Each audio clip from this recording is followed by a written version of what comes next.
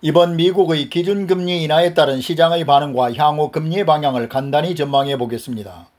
미국이 이번에 기준금리를 0.5%로 크게 내렸습니다. 금리를 내리면 원칙적으로 주식 가격이 올라야 합니다.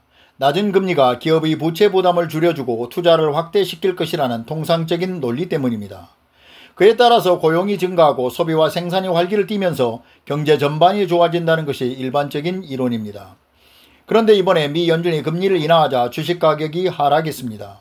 불확실성 때문이라고 합니다. 맞는 말일 수 있습니다. 금리의 결정은 경기의 후행지표입니다. 다시 말해서 경기가 과하다 싶을 정도로 좋으면 금리를 올려서 경기의 거품을 억제합니다. 반대로 이번처럼 경기가 나빠지고 있을 때에는 이를 감지하고서 앞으로 경기가 더 나빠지는 걸 막기 위해서 금리를 인하하게 됩니다. 이번 금리 인하와 주가의 하락은 금리를 인하했지만 짧은 시간 내에 회복이 어려울 것이라는, 다시 말해서 앞으로 상당 기간 경기 침체가 지속될 수 있을 것이라는 신호로 이번 금리 인하를 시장은 받아들인 것입니다. 그 결과 주식 가격이 하락한 것으로 보입니다. 금리 얘기를 좀 더 해보겠습니다. 금리가 최대한 낮으면 좋을까요? 얼마 전까지 유럽과 일본은 마이너스 금리까지 내렸었습니다. 왜 그랬을까요? 가장 큰 원인은 경기가 좋지 않은 탓이었습니다. 아시다시피 일본은 얼마 전까지 심각한 불경기, 디플레이션 상태로 0%대의 물가를 유지해 왔었습니다. 그것도 여러 해 유지해 왔었습니다. 너무 낮은 물가는 소비가 저조하다는 걸 의미합니다. 소비가 없으면 따라서 생산도 없고 고용도 없습니다. 심한 경기 침체에 빠지게 됩니다. 매우 위험한 상황이 됩니다.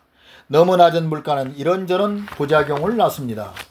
또한 너무 낮은 금리도 부작용이 큽니다.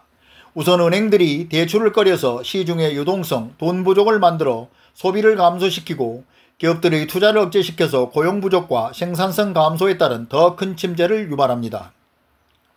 사용할 돈도 없지만 생산품이 부족하고 귀하다 보니 물가는 더 높이 뛰게 됩니다. 돈이 없어서 소비도 안 되지만 물가까지 높은 상황을 스태그플레이션이라고 합니다. 이렇게 되면 정말 힘든 상황이 됩니다. 그렇다면 모두에게 만족스러운 금리 수준은 없을까요? 그래서 중립금리라고 하는 아름다운 금리가 있다고 합니다.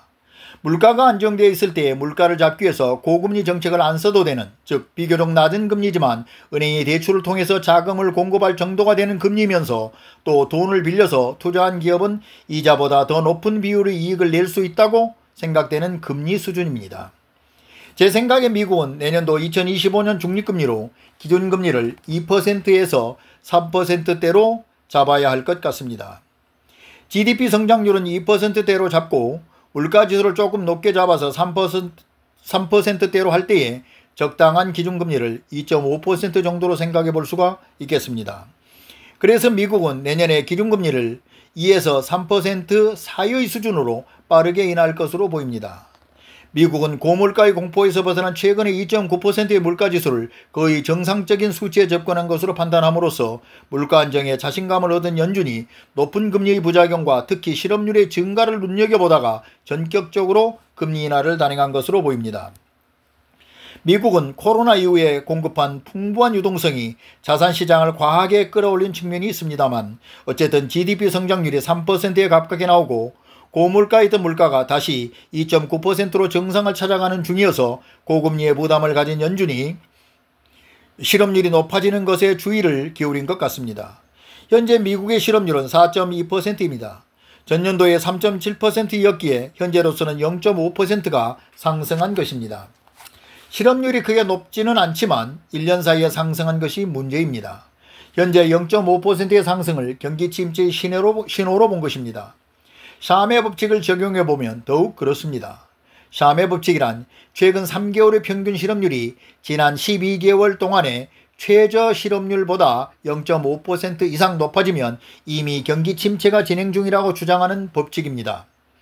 요즘 최근 3개월 평균 미국의 실업률이 지난 1년 전 최저 실업률보다 0.5%가 상승한 것으로 나타났습니다. 이것을 경기 침체의 신호로 본 것이 아닌가 생각합니다. 오늘은 기준금리 인하와 주가의 관계, 금리는 경기의 후행지표라는 것, 중립금리가 있다는 것, 경기의 호황과 침체의 지표가 되는 실업률 지표에 대해서 아주 조금 알아봤습니다. 감사합니다.